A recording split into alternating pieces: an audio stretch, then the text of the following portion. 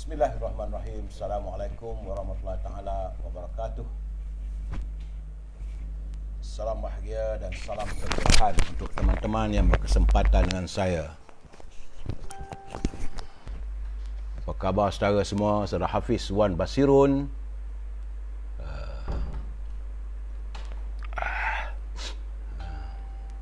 saudara Syah Ibrahim, saudara Yatim, saudara Ibrahim Cik Muda, apa khabar? Saudara Syuhami Megat Rizwan, saudara Azmi Nordin, saudara Muhammad Fuad, apa khabar saudara? SG Tan. Kalau saudara nanti, kalau sewaktu pertengahan buat pencerahan ini, jika ada gangguan pada FB, boleh lari pada Instagram. Tapi selepas saya usai bab mutiara kata, saudara Anggrek Rimba, saudara Kamarul Zaman Man, saudara Zaki Ajisawi, saudara Azmi Nordin, saudara Rashid Aziz. Waalaikumsalam pada semua dan salam pencerahan dalam pertemuan di alam maya. Baik saudara, saya tidak mempunyai banyak waktu untuk menyantuni saudara dan insya-Allah saya akan santuni usai saya memberi pencerahan malam ini. Seperti biasa, saya harus memberi laporan. Hari ini hari Jumaat tanggal 13 Ogos. Jumlah mereka yang dijangkiti oleh virus corona untuk hari ini walaupun ada susut tapi masih lagi pada angka 21,468 orang. Semalam 21,668. Hari ini 21,468. Menjadikan jumlah terkumpul warga kita yang dijangkiti oleh virus corona telah meningkat kepada 1,363,683. Bagaimanapun saya tidak dapat memberi jumlah kematian hari ini kerana pelbagai usaha saya lakukan untuk mendapat penjelasan daripada Kementerian Kesihatan tidak ada. Jadi saya cuma mampu memberi penjelasan tentang kedudukan COVID saja. Di Perlis nampak gayanya Pak Nazil. Tiba-tiba Perlis agak mendebarkan kita kerana peningkatannya begitu ketara daripada 23,000 kepada 50, daripada 23 orang kepada 50 orang. Saudara, di Kedah ada sedikit susut. Semalam 2,143. Hari ini 1,807. Di Pulau Pinang terus meningkat daripada 1,229 kepada 1,316 orang. Saudara, di Perak juga ada peningkatan. Yup, macam mana ni? Apa hal amik semua ya? Hari ini di Perak semalam 930, hari ini 940. Di Selangor terus meningkat pula hari ini. Semalam ada sedikit susut 6,278. Tetapi hari ini 7,449 warga Selangor yang dijangkiti oleh virus corona. Begitu juga di wilayah Persekutuan, walaupun ada sedikit susut tetapi masih lagi pada angka 2,000. Semalam 2,436. Hari ini 2,183. Di Putrajaya juga meningkat, semalam 56, hari 66. Begitu juga di Negeri Sembilan, kembali peningkatannya. Semalam 899, hari ini 974. Di Melaka juga, tiba-tiba Melaka tinggi hari ini. Semalam 494, hari ini di Melaka 723, saudara. Di Johor sedikit susut, tapi masih lagi ribuan. Semalam 1,706, hari ini 1,485. Di Pahang sedikit susut saudara. Semalam 629, hari ini 572. Di Terengganu juga sedikit susut. Semalam 594, hari ini 440. Tetapi di Kelantan terus meningkat. Daripada 972, hari ini 1,088 orang warga Kelantan yang dijangkiti oleh virus corona. Di Sabah susut, semalam 2,052, hari ini 1,654. Di Labuan susut, semalam 11, hari ini 6. Begitu juga di Sarawak, daripada 1,216 dia susut kepada 715.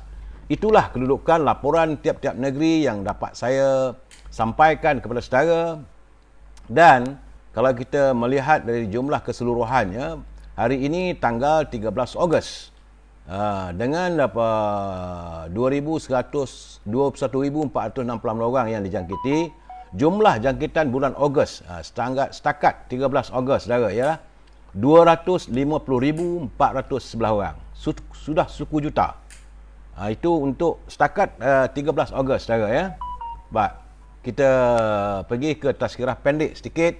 Manusia ini sangat mencintai harta dan akan terus sentiasa mencarinya. Mereka tidak akan merasa puas dengan yang sedikit dan mereka tamak kepada harta dan panjang angan-angannya. Dan kata Rasulullah, dan sesungguhnya cintanya kepada harta benar-benar berlebihan. Hati orang tua menjadi muda kerana dua hal, iaitu cinta dunia dan panjang angan-angan. Dari Abu Hurairah radhiyallahu anhu berkata bahawa Nabi Muhammad SAW sabda, hati orang yang tua sentiasa muda dalam mencintai dua perkara, hidup yang panjang dan cinta kepada harta. Ini hadis riwayat daripada Al-Bukhari dan Muslim. Jadi orang tua ni dia cintanya dua, itu hatinya sentiasa muda mencintai dua perkara, itu untuk hidup panjang dan cinta terhadap harta. Jadi saudara, haruslah kita ketepikan persoalan ini, kerana duhai anak Adam, semakin tua dan menjadi besar juga bersamanya, cinta harta dan panjang umur itu adalah sesuatu yang tidak baik. Jadi apa-apa pun kita bersyukurlah atas apa saja yang kita miliki saudara. Mutiara kita kata hari ini kiriman saudara Hibil Hasan. Ya saudara, menurut ini kiriman daripada sahabat saya saudara Hibil Hasan.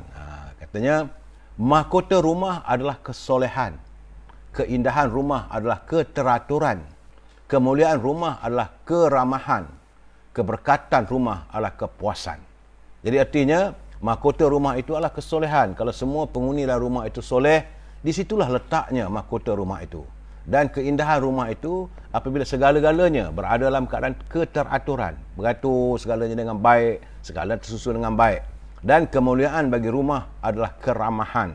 Kalau warganya sentiasa aman damai, menyantuni kasih sayang, maka itulah letaknya kemuliaan rumah itu. Dan keberkatan bagi rumah adalah kepuasan. Jadi bila kita rasa puas, maka dan kita bersyukur, maka di situlah letaknya keberkatan rumah kita. Saudara, terima kasih Saudara Hibil atas kiriman mutiara kata sebentar tadi ya. Baik saudara, salam impian moratorium dan kumpulan wang simpanan pekerja RM10,000. Kalau negara berbelanja tanpa had, maka negara bakal menjadi muflis. Ya, bagi saudara yang telah pun mendapat wang daripada kumpulan wang simpanan pekerja, walaupun tak banyak, tetapi bagi saya bersyukurlah apa yang ada. Memang kita minta RM10,000. Apa cara pun kita tuntut juga RM10,000. Tak dapat, kita tuntut lagi saudara. Jadi saya juga ingin memberi perhatian kepada saudara, sila ambil perhatian. Kalau ada siapa yang menggunakan nama saya ataupun coretan, mengatakan saya menawarkan itu dan ini, sila delete.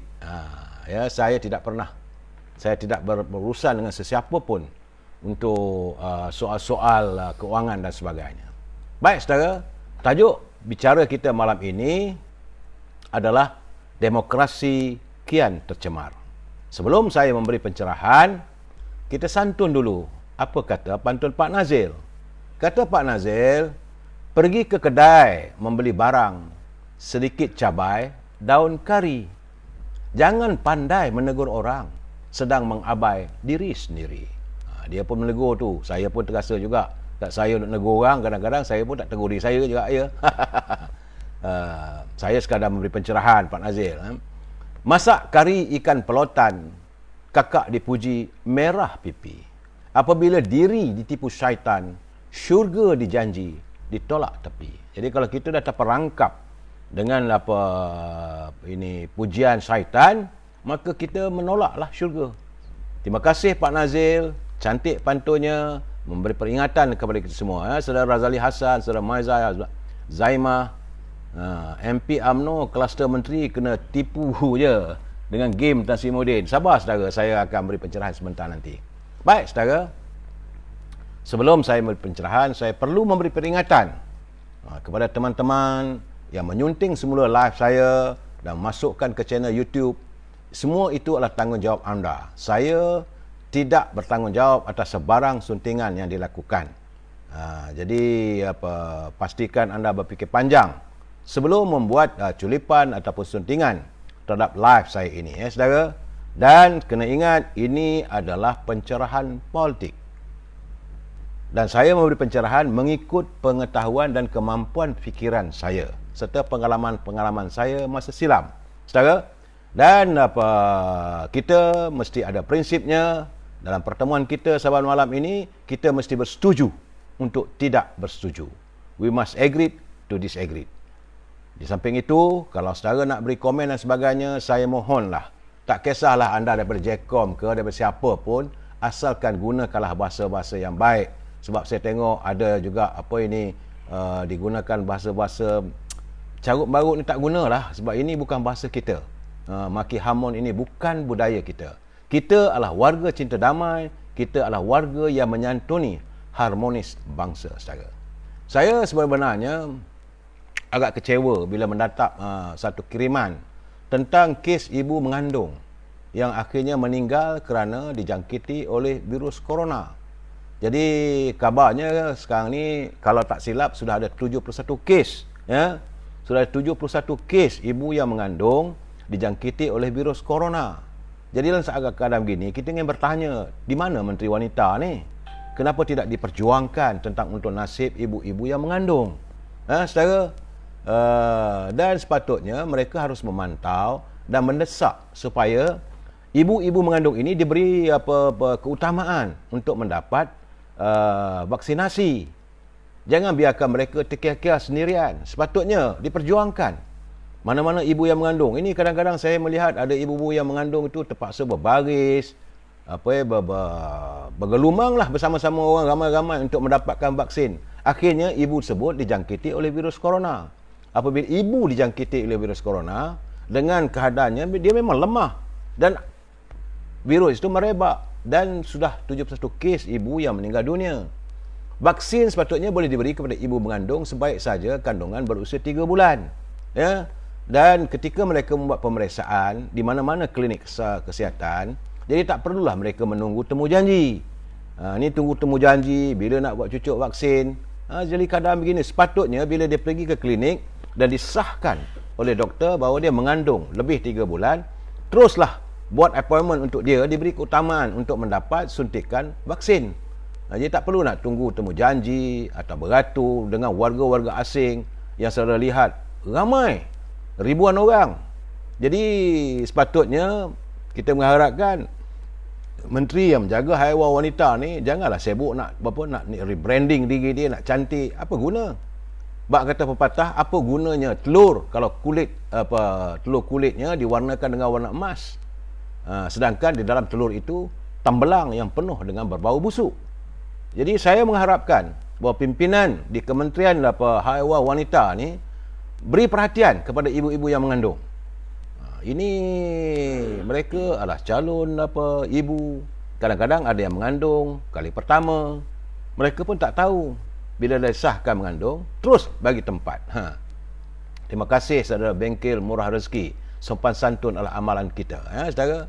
Dan hari ini saya juga sedih menerima berita apa yang berlaku di Kota Samarahan pagi tadi. Tak tahulah puncanya, kita tak boleh. Kita jangan membuat sebarang rekayasa ataupun cerita yang bukan-bukan. Kerana menurut Ketua Polis Daerah Samarahan, seramai ada 4 orang korban, iaitu terdiri daripada Korporal Yu Ho Swibun yang berasal dari Lundu, Korporal Udara Muhammad Ehsan Sahemat yang berasal dari Asajaya, Laskar Udara Luke Nesli yang anak Nabau yang berasal daripada Sibu, serta Korporal Syarif Muhammad Siddiq Al-Atas Wan Sabil yang berasal dari Kuching. Keempat-empat mereka korban kita tak tahu. Bagaimanapun maklumat awal mendapati ke suspek dipercayai mengamuk katanya lah. Kejadian berlaku di Kem Handau Skuadron 330 Tentera Udara Diraja di Samarahan. Jadi TUDM dalam kenyataan pagi tadi memaklumkan bahawa kejadian berlaku pada jam sekitar 7 suku pagi di unit TUDM Kota Samarahan, Kuching, ketika anggota sedang bertugas. Oleh itu, pihak Tentera Udara Diraja Malaysia menggesa semua pihak agar tidak menyebarkan sebarang spekulasi sehinggalah proses siasatan polis selesai dan satu lembaga penyiasatan ditubuhkan bagi mengenal pasti punca kejadian. Jangan ada sebalang reka saya. Mana pula reka saya? Okey. Jadi kadang-kadang begitulah saudara. Saya harap kita sedih apa yang berlaku dan kita mengharapkan ketenteraman sentiasa terjamin di bumi tercinta ini. Mak Amin Jack, pimpinan sekarang ni tak pandai buat pekerjaan. Saudara Amir Hamzah, saudara Rizal Mahmud, saudara Jannah. Ini daripada Instagram, Ranish Teh. Saudara, saya juga mendapat kiriman bahawa keluhan daripada rakyat yang amat mengharapkan kalaulah usai permasalahan COVID dan sebagainya, apabila dibuka semula suasana tenteram, jadi mereka amat mengharapkan kalau dibuka semula aktiviti ekonomi, mohonlah pihak kerajaan memberi masa sekurang-kurangnya 6 bulan, iaitu tempoh lega, grace period untuk rakyat mengumpul duit semula untuk melangsaikan hutang-hutang yang tertunggak. Sebab itu moratorium ni kena dilaksanakan. Di samping menstabilkan semula poket masing-masing yang telah koyak rabak. Jadi jangan terus paksa rakyat untuk membayar hutang-hutang bank. Berikanlah sekurang-kurangnya 6 bulan lagi untuk kukuhkan pendapatan sebelum pembayaran dimulakan. Jadi perlu diingat, kita menempuhi badai yang sama, tapi setiap kita tidak menaiki sampan yang sama. Itu kiriman daripada teman-teman yang memohon. Kalaulah sektor ekonomi dibuka semula, jadi berilah grace periodnya selama 6 bulan. Jangan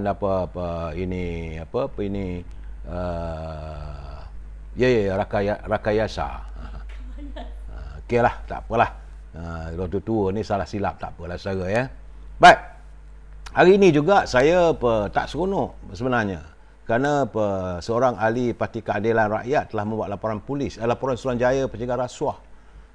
Mendakwa seorang menteri besar, katanya memberi kontrak kepada sebuah syarikat di mana salah seorang ahli lembaga pengarah syarikat tersebut disahkan muflis. Jadi macam mana boleh berlaku begitu? Kabarnya kontrak tersebut tinggi, bukan sedikit, ratusan dan hampir bilion ringgit. Jadi kita haraplah agar apa yang dilakukan oleh Indrani Selvakumar, ahli Parti Keadilan Rakyat cabang Sungai Siput, yang buat laporan di Ibu Pejabat SPRM di Putrajaya pagi tadi ya. Inilah keadaan saudara, kita tengok lepas satu-satu. Jadi pimpinan harus berhati-hatilah. Saya tahu bahawa mungkin Menteri Besar sebut tak tahu, tapi orang bawahannya sebelum membentangkan kelulusan sebut kepada Datuk Menteri Besar, kenalah diperhatikan, diperhalusi semua, disemak terlebih dahulu. Ya saudara, begitu juga hari ini saya tengok ada sebuah pertubuhan. Itu Pertubuhan Sahabat Ulul Amri Malaysia, PSUAM, yang menghantar petisyen kepada Yang Tuan Agong supaya memberikan pengampunan terhadap Datuk Seri Muhammad Najib atas sabitan di mahkamah. Masalah sekarang saya kata, nak buat pengampunan buat apa? Sebab beliau masih lagi berurusan dengan mahkamah. Pembicaraan masih berjalan. Jadi saya rasa mana boleh kita nak gunakan kuasa dan sebagainya. Datuk Seri Najib pun tak setuju. Beliau mau membersihkan, biarlah mahkamah take its course, ataupun melangsaikan segala perbicaraan tersebut. Jadi kalaulah nanti terbukti bersalah dan sebagainya, itu barulah proses itu dilakukan pengampunan. Tapi kalau satu kes itu dah dibawa ke mahkamah, biarlah mahkamah. Saya rasa, saya tengok juga curipan daripada Datuk Seri Najib, beliau pun tak setuju untuk mendapat pengampunan saat perbicaraan sedang dijalankan. Sebab Datuk Seri Najib, Datuk Seri Zaid Amidi, Datuk Ahmad Maslan, Tan Sri Saril Samad, Saudara Aziz Rahim, pimpinan-pimpinan UMNO ni, perbicaraan sedang berjalan.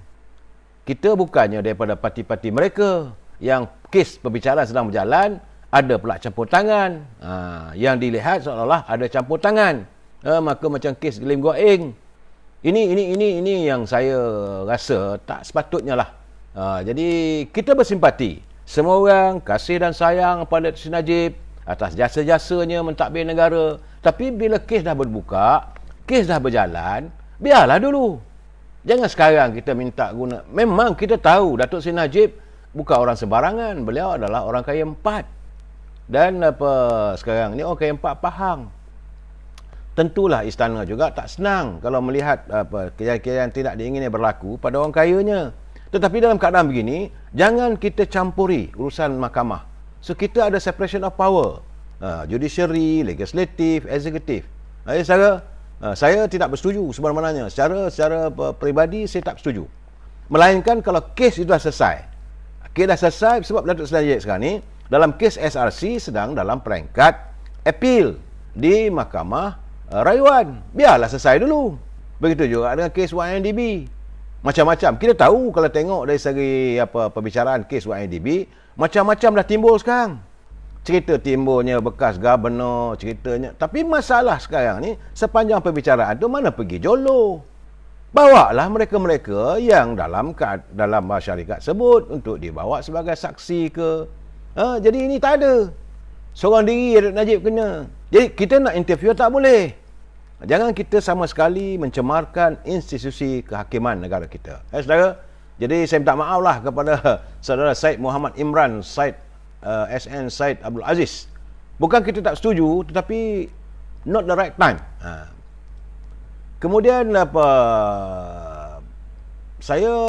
dapatan saya macam mana kata dia runingan, sedangkan terdapat lebih kurang 3 orang kabarnya adun daripada Parti Keadilan yang berada dalam Kerajaan Perikatan Nasional sekarang ni dah nak patah balik. Ni dapat gambaran saya dapat bahawa adun PKR dah ada 3 ahli parlimen yang dulunya pro Azmin Ali mau berpatah balik untuk menyokong Datuk Anwar Ibrahim. Ini kenyataan dibuat oleh adun Kota Anggrek yang berhormat Najwan Halimi. Sejauh mana benar saya tak tahu, tapi itu yang saya lihat. Kalau ini berlaku, memang pun sekarang ni usahkan mereka yang berada daripada parti PKR. Malahan sebenarnya Menteri-Menteri UMNO pun dengan apa yang berlaku petang tadi, tentulah mereka balik ke rumah tengah memikirkan apakah mereka dalam keadaan benar atau tidak. Yang saya akan ulas sebentar lagi. Saudara, sebab sekarang keadaan tiba-tiba begitu jadinya suasana politik hari ini. Jadi sebab itu kenyataan daripada Datuk Seri Khalid Nordin, dia belum mengatakan bahawa Speaker Dewan Rakyat perlulah berkata benar walaupun ia disinggung oleh Tan Sri Anwar Musa. Dia kata tak boleh buat kenyataan yang sebegitu, bahawa keabsahan pada menteri, jumlah ahli-ahli parlimen yang menyokong tak menyokong apa semua tu hendaklah ditentukan di parlimen. Setuju, tak ada masalah, buatlah segera. Tapi ini tidak dilakukan. Bila ini tidak dilakukan, sebagaimana saranan daripada Datuk Seri Khalid Nordin sebagai Naib Presiden UMNO, beliau mengatakan bahawa telah menjadi makluman awam.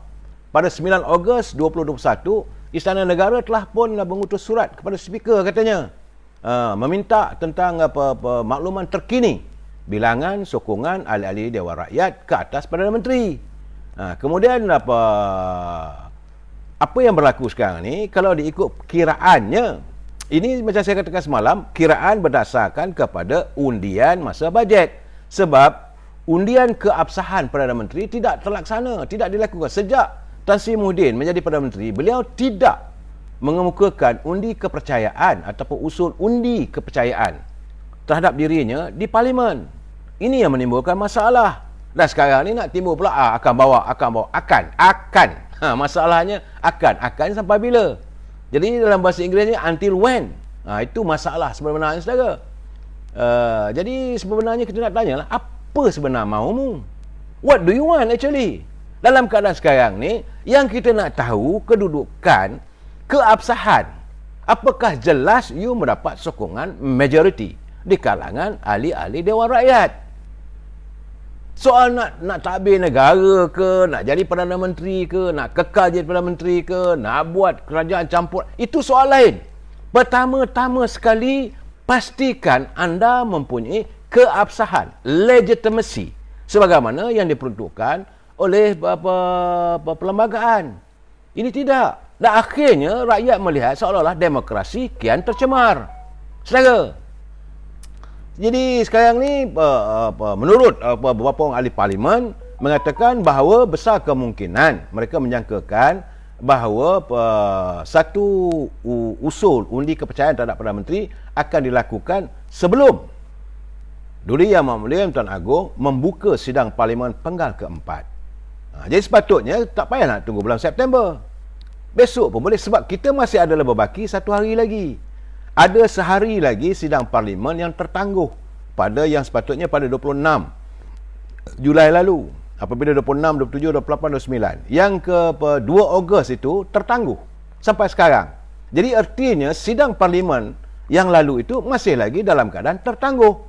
Selesaikan dulu. Jadi dalam keadaan begitu, bawalah usul keabsahan pada menteri. Kan mudah. Perkara yang mudah jangan dipersusahkan. Ini tidak.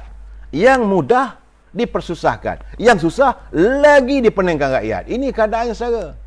Sebab itu menurut Menteri Komunikasi dan Multimedia, Datuk Syafiuddin Abdullah, dia kata bahawa Dewan Rakyat akan bersidang pada 7 September. Dan usul kepercayaan ini mungkin dibawa pada tersebut. Nah, kita tak kisahlah nak buat berapa bila ke, tapi dah lama sangat lah. Rakyat pun dah lenjan nak tunggu. Dan rakyat pun semakin bosan melihat masalah percaturan politik yang tak ada noktah. Tidak ada kesudahan.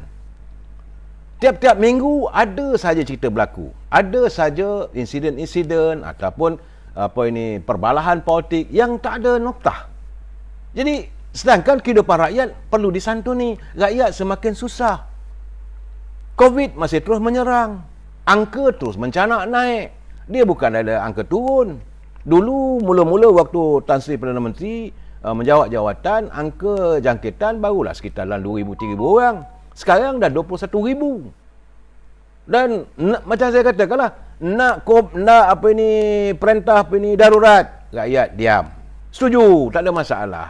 Kemudian buatlah PKP, PKPB, PKPT, PKP lah. Rakyat ikut. Suruh duduk berkurung kat rumah. Dah hampir 1 hari. Ikut. Total lockdown. Ikut. Tak payah kerja. Tak bekerja. Tak ada perniagaan. Tidak. Tapi angkanya masih lagi berterusan mencanak. Jadi artinya apa tindakan dilakukan? Gagal.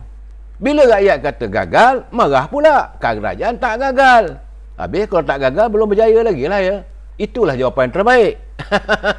Nak buat macam mana tu?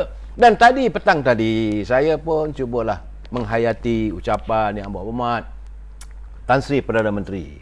Cuma dalam perusahaan Yang Berhormat Perdana Menteri petang tadi, dan saya melihat teks ucapannya.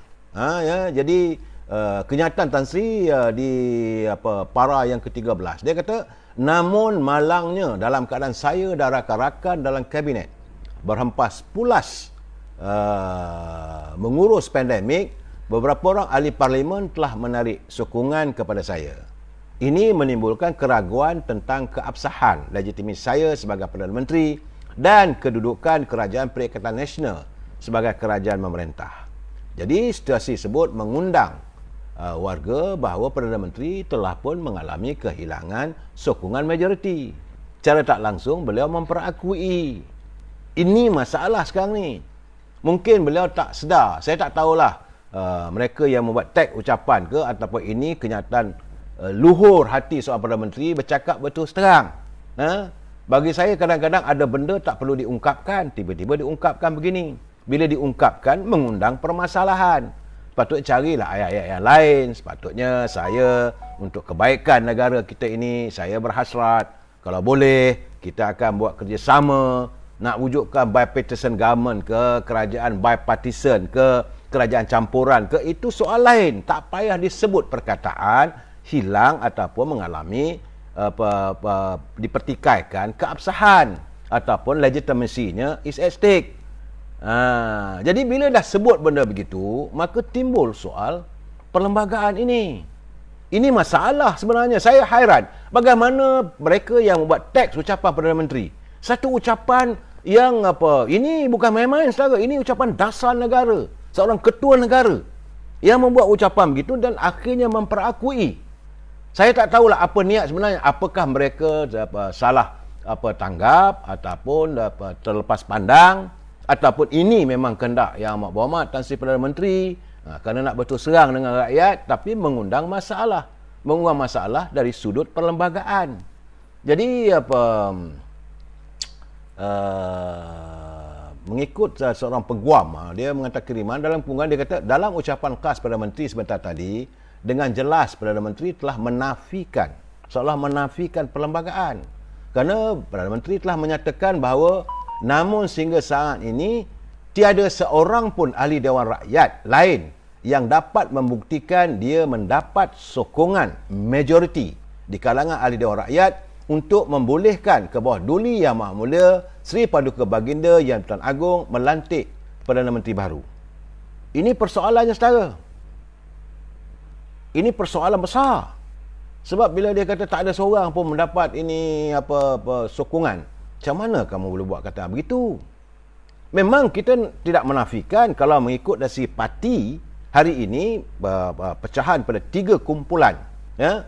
Kumpulan Kerajaan Perikatan Nasional yang tinggal lebih kurang dalam 98 kerusi sahaja. Kemudian UMNO sudah menarik sokongan 15 orang, satu pihak lagi, dan parti Pakatan Harapan ada lebih kurang dalam 105 ke 114 orang. Dalam keadaan begini, kalau nak ikut majoritinya, kumpulan sana lah. Tapi ini juga menimbulkan permasalahan.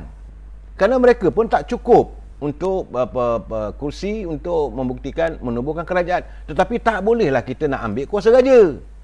Sebab itu kena pepatak kenyataan Perdana Menteri ini, kata peguam tadi, jelas bercanggah dengan peruntukan perkara 43 dalam kurungan 4 Perlembagaan Persekutuan yang memperuntukkan perkara ini, perkara 4, jika Perdana Menteri tidak lagi mendapat kepercayaan majoriti ahli Dewan Rakyat, maka Perdana Menteri hendaklah meletakkan jawatan Jemaah Menteri, melainkan jika atas permintaannya Parlimen dibubarkan oleh Yang di-Pertuan Agong.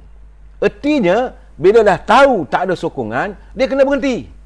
Soal siapa dapat tak dapat majoriti ni, itu soal lain. Saudara, tak boleh bermain dengan khayalan. Ini soal perlembagaan. Jadi perkara 43 dalam kurungan 4 jelas menyatakan, jika Perdana Menteri tidak lagi mendapat kepercayaan majoriti ahli Dewan Rakyat, maka Perdana Menteri hendaklah meletakkan jawatan sebagai Jemaah Menteri.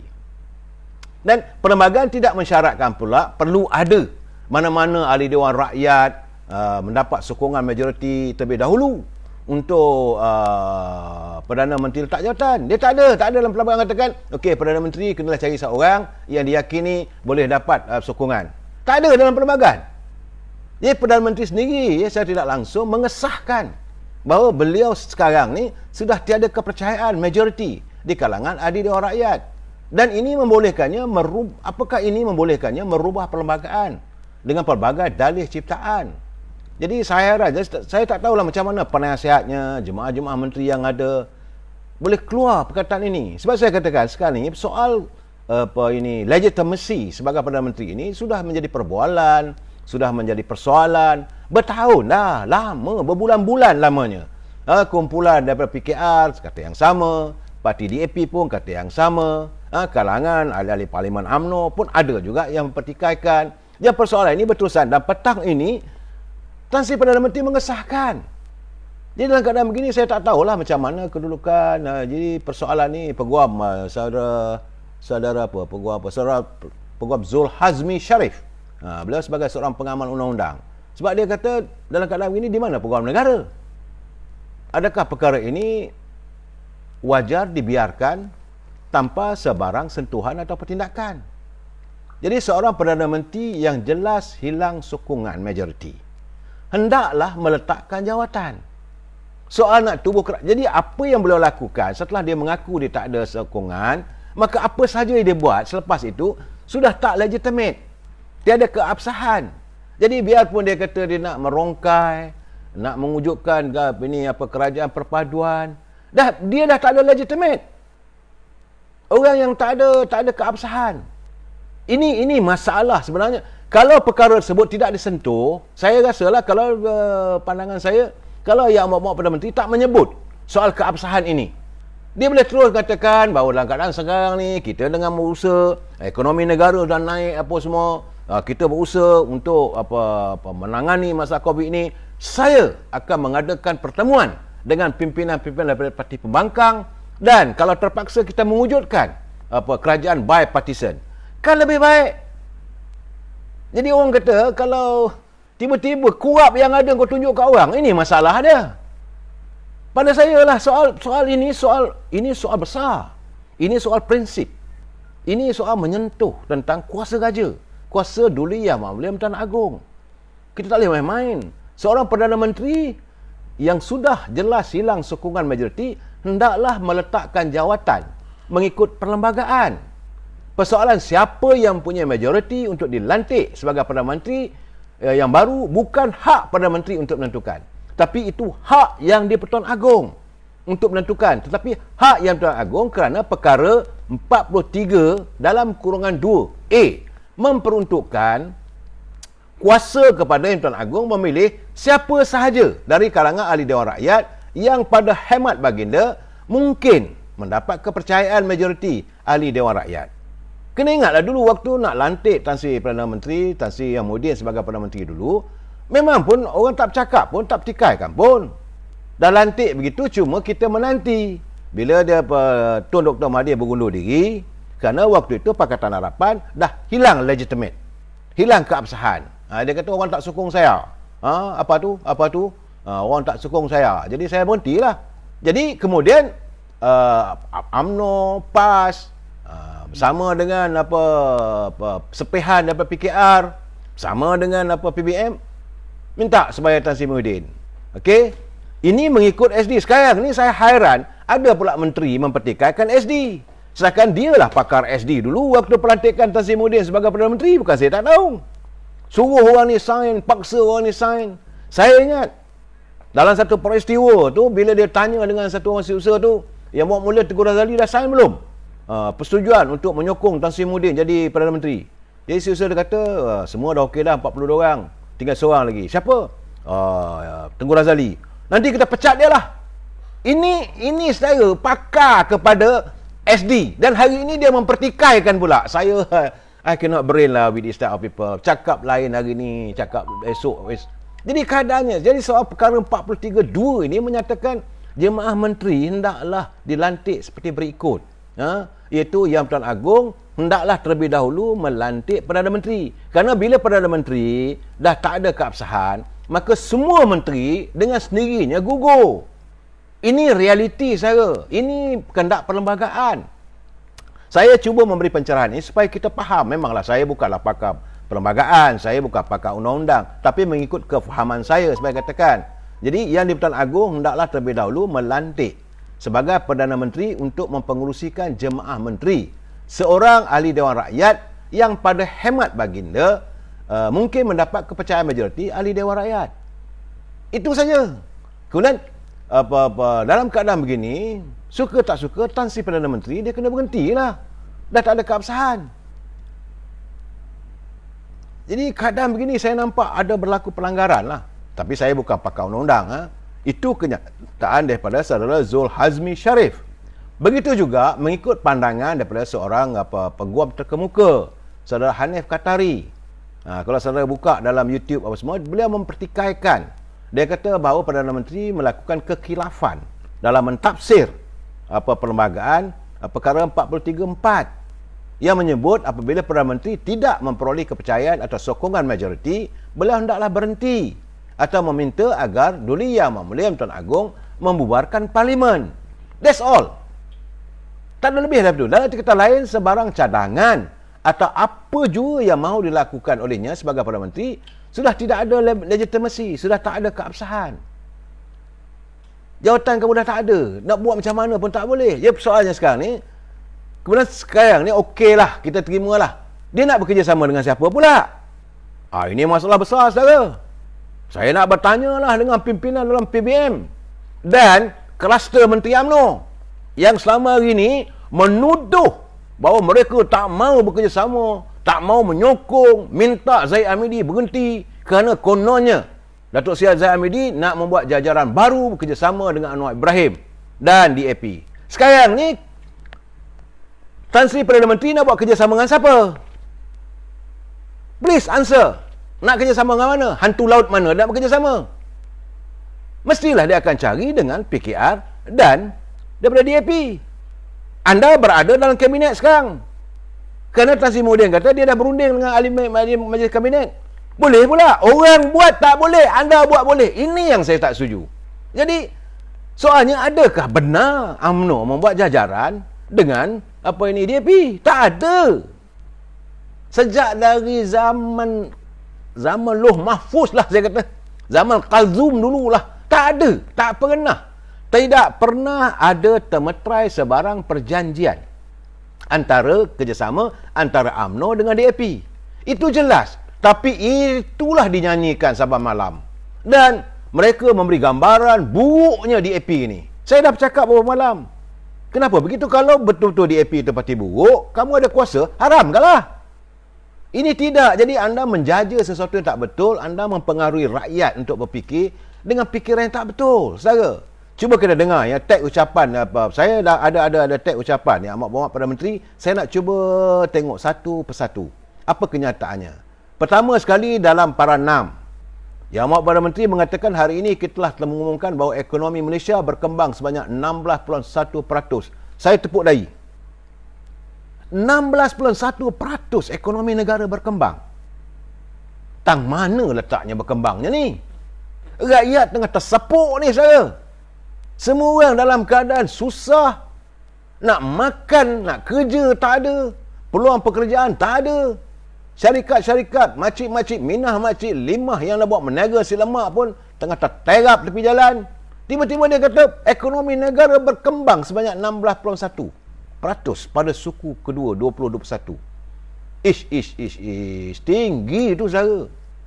Saya tak tahulah, saya bukan pakar ekonomi. Tetapi 2-3 hari lepas saya berhubung dengan seorang sahabat saya. Beliau berada dan beliau memang menjalankan aktiviti kegiatan ekonominya di pasaran saham. Dia kata meronsor brother, dia kata stock market jatuh semalam pun, dia kata jatuh 11 point. Dia kata macam mana ni? Itu kenyataan. Saya tak tahulah benar tak benar. Terpulanglah pada Datuk Tengku Zafrul memperjelaskan kepada rakyat. Ini kenyataan resmi, saudara. Kemudian perkara 12. Perkara 13. Perkara 13 yang saya pertikaikan, iaitu kenyataan Perdana Menteri, keabsahan saya sebagai Perdana Menteri ditentukan oleh sokongan majoriti ahli parlimen. Namun, malangnya dalam keadaan saya dan rakan-rakan dalam kabinet berhempas pulas mengurus pandemik, beberapa ahli parlimen telah menarik sokongan kepada saya. Ini menimbulkan keraguan tentang keabsahan saya sebagai Perdana Menteri dan kedudukan Kerajaan Perikatan Nasional sebagai kerajaan yang memerintah. Dia dah mengaku. Ini masalahnya. Kalau dia tak sebut ayat ini tadi, tak timbul masalah yang akhirnya para peguam, mereka pakar-pakar undang-undang, pakar-pakar perlembagaan, tak adalah berselerak. Kalau saya lihat dalam Facebook, dalam laman sosial, malam ini bergedudup lah. Saya yakin saya punya tak larat nak terima dah. Dah overload saya punya telefon saya dengan kiriman macam-macam orang mempersoalkan. Jadi itu saya kata tadi, kalaulah perkara itu tidak disentuh, kan lebih baik. Saya heran kenapa disentuh. Kemudian perkara mana lagi? Kedua, Tan Sri menyentuh tentang perkara yang ayat ke-26. Dia kata semua ahli parlimen akan menerima pertunjukan tahunan yang sama tanpa mengira fahaman politik. Bagi ahli parlimen pembangkang, peruntukan untuk tahun ini akan dibuat secara prorata mengikut jumlah bulan yang berbaki. Ini satu lagi bagi saya, pelanggaran demokrasi. Sebab dalam demokrasi, yang kalah memperakui yang menang. Yang menang tak boleh menekan yang kalah. Jadi apakah Perdana Menteri mengakui bahawa selama hari ini kerajaan menafikan hak rakyat yang memberi undi kepada parti-parti pembangkang? Kerana dia kata bahawa sekarang ni semua ahli parlimen akan menerima peruntukan tahunan yang sama tanpa mengira parti politik. Saya tepuk dahi. Ini pengakuan betul serang. Apakah selama ini ada amalan mereka daripada parti pembangkang mesti ditekan? Ini tidak menjamin satu keluhuran demokrasi yang tulen. Dalam demokrasi kita tak boleh nanya dia nak bertanding. Kalau dia menang kita kena menghormati. Tak kisahlah dia bebas ke, dia daripada DAP ke, dia daripada PAS ke, dia daripada Parti Keadilan ke, dia daripada PBM ke, daripada Amanah. Itu bukan ukuran, bukan unjuran yang harus diambil kira. Setiap wakil rakyat, dia bertanggungjawab pada rakyat dia. Takkan kamu nak tekan rakyat dia untuk tidak mendapat segala peruntukan yang disediakan oleh kerajaan. Jadi perakuan Yang Amat Berhormat Perdana Menteri pada para 26 memeranjatkan saya. Ini keadaan saya ini. Jadi kemudian ini satu lagi. Para 28. Yang Amat Perdana Menteri mengatakan sejajar dengan cadangan yang telah diterima, kerajaan akan membentangkan untuk kelulusan Parlimen penambahan siling dana COVID-19 sebanyak 45 bilion lagi dari 65 bilion seperti yang diluluskan oleh Parlimen tahun lalu untuk menjadi kepada 110 bilion. Nak cari mana ni, brother? Nak cari mana duit 110 bilion ni? Dah lenjan dah kantong negara duk berhutang sana, berhutang sini. Kemudian buat pengumuman. Jadi peningkatan ini akan membantu memenuhi keperluan tambahan dalam mengatasi krisis COVID-19 dari segi mengukuhkan sistem kesihatan, menambah baik bantuan kepada rakyat dan menyokong kelangsungan perniagaan. Dari awal dulu saya dah bercakap. Saya mengatakan bahawa peruntukan-peruntukan ini betul-betul sampai ke? Cara penyampaian, sistem penyampaian itu macam mana? Walaupun bawa lah 300-400 bilion pun, kalau sistem penyampaian masih koput macam dulu, ramai orang tak dapat. Jadi yang dapatnya orang tengah atau orang-orang tertentu yang menguruskan. Rakyat terus terpenjara, rakyat terus terperosok dalam menghadapi suasana ekonomi yang tidak menentu. Jadi, iyalah kau nak umum-umumkanlah. Cuma permasalahannya sekarang ni, baru dulu ada keputusan mengatakan 400 juta digunakan untuk pembelian vaksin. Yang akhirnya kita dengar kerajaan negeri pula terpaksa membeli vaksin daripada para niaga ni. Ini yang saya tak tahulah. Kerajaan Sarawak katanya terpaksa membeli vaksin. Kerajaan Sabah terpaksa membeli vaksin. Kerajaan Johor terpaksa membeli vaksin. Kerajaan Perak terpaksa membeli vaksin. Sedangkan peruntukan dah diluluskan oleh Parlimen 3 bilion. Dan hari ini masih lagi bercakap soal peruntukan. Apakah untuk pembelian vaksin lagi? This is a big question mark. Ini satu persoalan. Kemudian apa kata Yang Amat Perdana Menteri? Pada para 31. Para 31, Yang Amat Tan Sri Perdana Menteri mengatakan bagi menyokong kelangsungan perniagaan dan pemulihan ekonomi. Sedap ni. Dana tambahan kumpulan wang COVID akan digunakan bagi membantu insentif pengambilan pekerja serta meningkatkan pembiayaan kepada PKS, terutamanya dalam meraih peluang ekoran pembukaan semula ekonomi selaras dengan pelaksanaan Pelan Pemulihan Negara. Jadi persoalan saya, kau peruntukkan ini untuk COVID, lepas tu kau nak ambil pula, guna pula untuk PKS. PKS yang mana? Kemudian katanya untuk meningkatkan peluang pekerjaan yang bagaimana? Jadi sekarang ni kita dalam limbo lah, tak menentu. Saya sebenarnya terus terang saya cakap, saudara, I'm confused. Saya tak tahu. Saya tak nampak ada tuju yang begini. Dan perkaranya akhirnya yang ketujuh dalam perkara 36. Akhirnya yang ketujuh katanya sebagai pengiktirafan kepada peranan parti pembangkang yang mempunyai jumlah perwakilan yang hampir seimbang di Dewan Rakyat, Ketua Pembangkang akan diberikan saraan dan kemudahan yang setara dengan seorang Menteri Kanan. Saya ucapkan terima kasihlah dari Seri Anwar Ibrahim kalau boleh menerima jawatan begitu. Dia kata aku nak jadi Perdana Menteri, bukan nak jadi Menteri Kanan. Ini masalahnya sekarang ni. Seolah kau jadi Menteri Kanan lah, ada peruntukan yang seimbang tau. Macam itu caranya. Alamak, saya kata murahnya nak beli orang. Inilah yang dikatakan scheme of thing. Dan sebab saya mendapat dapatan saya bahawa parti Pakatan Harapan mereka akan mengadakan, pimpinan daripada PH akan mengadakan mesyuarat malam ini. Jadi kalau adakan mesyuarat malam ini, tentulah terdiri daripada DAP, daripada Keadilan, daripada Amanah, daripada Muda dan Pejuang. Apakah mereka bersetuju untuk Ketua Pembangkang? Saya tak tahulah jawatan Ketua Pembangkang ni diberi sebagai sama kemudahan. Jadi dia kata, ini sembang di Dewan Rakyat. Ketua pembangkang akan diberikan saraan. Gajilah, pendapatan lah saraan. Dan kemudahan yang setara dengan seorang Menteri Kanan. Anwar Ibrahim berkali-kali mengatakan, I am going for the Prime Minister. Bukan jadi Menteri Kanan.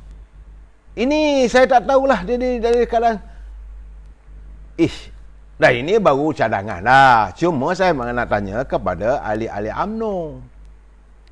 Ahli Parlimen UMNO yang sekarang ini bersama dengan Perikatan Nasional. Bagaimana saudara? Apakah anda masih terus kekal? Apakah anda masih lagi berbaiah untuk bersama-sama dengan DAP dan PKR yang selama ini anda maki hamun Presiden? Dan saya nak tanya juga lebay-lebay ni. Sebab semalam Perdana Menteri berjumpa dengan Presiden Parti PAS di Terengganu. Apakah mendapat persetujuan untuk menjalin satu kerjasama dengan, saya yakin itulah DAP, sebab DAP ada 42 kursi. Kalau itu berlaku, seandainya ahli Parlimen UMNO keluar semua, seramai 42 orang, apa jadi, saudara? Kerajaan tak terbentuk juga. Sebab itu saya mengatakan soal keabsahan Perdana Menteri ini perlu dihuraikan terlebih dahulu. Sebab dari segi Pakatan Harapan, dia kata calon PH semua satu, iaitu Anwar Ibrahim, calon Perdana Menteri. Ini jelas, saudara. Calon Perdana Menteri Pakatan Harapan, Ketua Pembangkang Anwar Ibrahim. Dia menegaskan langkah Majlis Presiden Pakatan Harapan hanya menamakan satu nama sebagai calon Perdana Menteri yang baru adalah bagi mengelakkan kekeliruan di kalangan mereka lah. Jadi itu pendirian Pakatan Harapan. Ya, supaya hanya satu calon daripada PH, iaitu Datuk Seri Anwar Ibrahim. Jadi bagi saya, kau tawar Datuk Anwar Ibrahim dengan tawaran begitu, boleh ke, terima ke dia? Kalau dia terima dulu, dia tunggu dululah masa waktu itu Datuk Seri Dr. Wan Azizah sebagai Timbalan Perdana Menteri. Tukar je jawatan dengan Dr. Wan Azizah masa Dr. Mahathir punya Pakatan Harapan dulu sebelum langkah Sheraton. Saya tak nampak lah benda ni. Ini lambaian yang penuh dengan kekalutan sebenarnya. Sebab itu sekarang ni saya mengharapkan, sebab dia berjanji juga. Yang Mohd Perdana Menteri mengata dia berjanji. Percayalah katanya. Saya akan mengadakan pilihan raya umum selewat-lewatnya pada bulan Julai tahun 2022. Jadi kalau bulan Julai, tinggal lagi berapa bulan? Lagi 9-8 bulan je lagi. Buat apa nak tegam jawatan? Apa perlunya semua tu? Dan sekarang ni, inilah masanya bagi saya, warga UMNO mengukuhkan ukuah sama kita. This is the time. Jangan pandang kiri, pandang kanan. Mereka yang berada di anjung kuasa tu, biarkanlah mereka. Kita yang di peringkat akar umbi ini, kukuhkan perpaduan kita. Lebih baik waktu sekarang ini, cari pimpinan baru. Saya lebih senang kalau peringkat bahagian, peringkat kawasan-kawasan parlimen mengemukakan nama-nama baru. Dia terdiri daripada anak-anak muda, mereka yang mempunyai jiwa perjuangan lebih kental untuk dikemukakan kepada ibu pejabat UMNO. Dan sekarang ni sebab itu saya yakin mungkin mereka nak adakan pilihan raya, maka UMNO ni perlu dinoktahkan, perlu dikapankan, barulah mereka buat macam-macam. UMNO harus bangun. Warga UMNO, kita ramai saudara, harus bangun menentukan sikap kita. Saudara Fauzan Miskam, kacau daun lah. Jekom tu biarlah sekarang ni. Sekarang nak tanya Jekom lah, Jekom bersetuju ke Tan Sri Perdana Menteri nak kerjasama dengan DAP? Jawablah. Siapa lebay-lebay dah biasa dengan DAP, itu kata Syarul Ikhwan. Saya tak tahu. Tapi lagu yang didendangkan selama hari ni, puncanya Presiden UMNO mesti diturunkan, mesti disingkirkan daripada anjung tingkat 38 sebagai Presiden UMNO kerana ada perbualan dengan Datuk Seri Anwar Ibrahim, kerana ada jajaran untuk mewujudkan kerjasama dengan PKR. Ni sekarang ni Perdana Menteri dah buat pengumuman begitu. Dengan siapa pula dia nak buat kerjasama tu? Bukankah dengan jajaran Pakatan Harapan? Dan ini juga saya tidak yakin akan berjaya. Sebab itu, akhirnya suka tak suka, besar kemungkinan dia akan menghadap agung untuk mengadakan pilihan raya umum. Tapi saya pula berkeyakinan, sebab kuasa agung ni dua.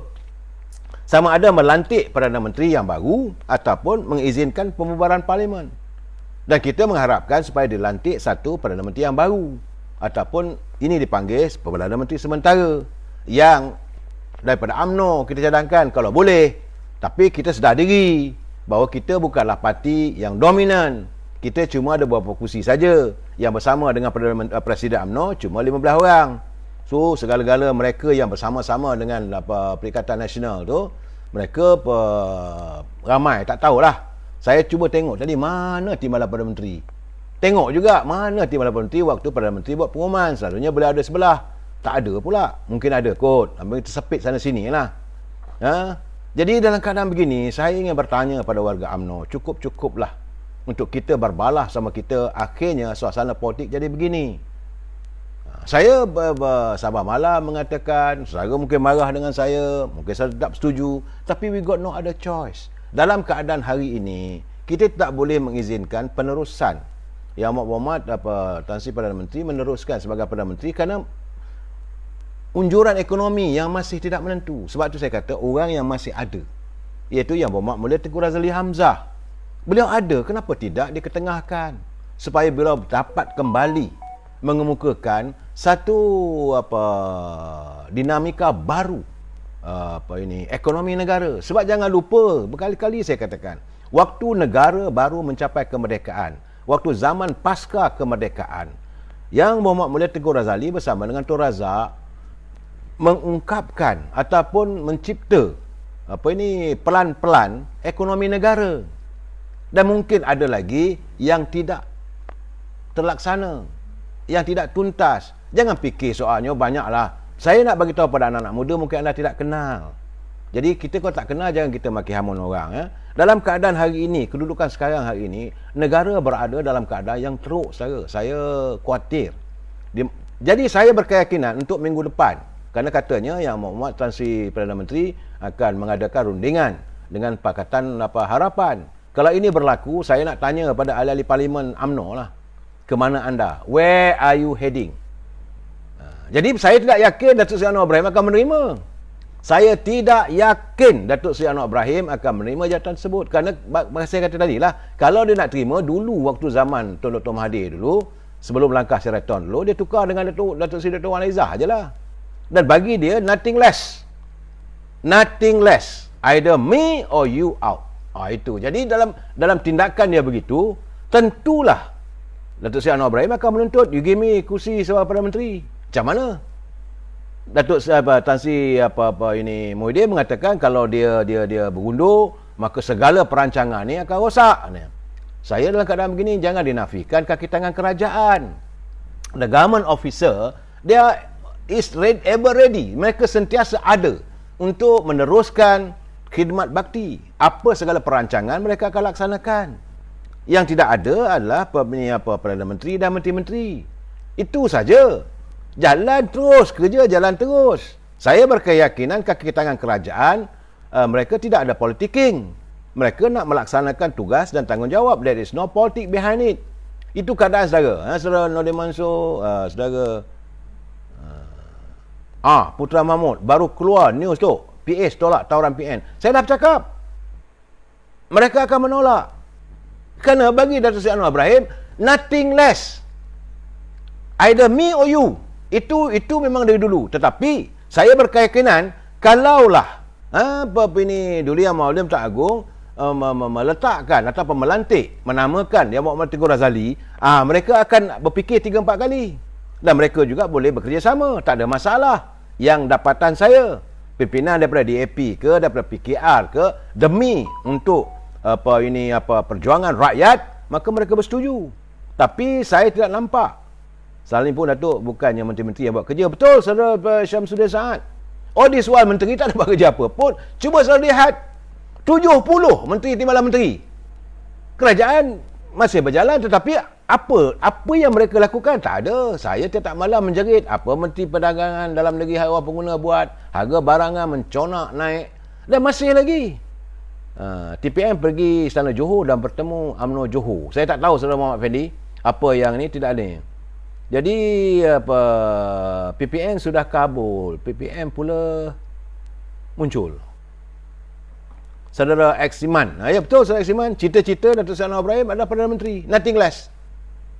Jadi tak ada tawar menawar. Kalau ini keadaannya sekarang ni, saya kata, sebab itu saya dah beberapa kali saya kata, yang terbaiknya lah dalam keadaan tadi pun Yang Berhormat Tan Sri Perdana Menteri mengakui beliau tidak mempunyai keabsahan yang nyata, yang telus.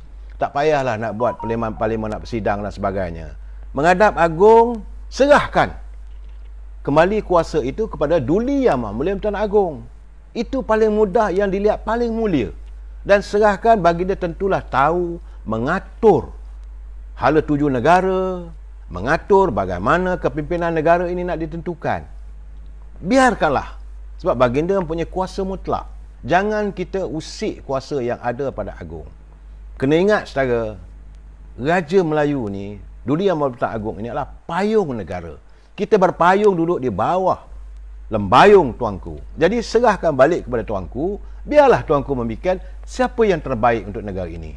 Tak payah lagi you nak fight lagi, nak kekal. Jadi sebab kalau you nak kekal jadi Perdana Menteri, orang dah tak setuju, orang dah tak hendak, buat apa? Kalau mereka dah tak setuju, cukup sampai di sini. Wabillahi taufiq wal hidayah. Assalamualaikum warahmatullahi taala wabarakatuh. Kita jumpa lagi malam esok.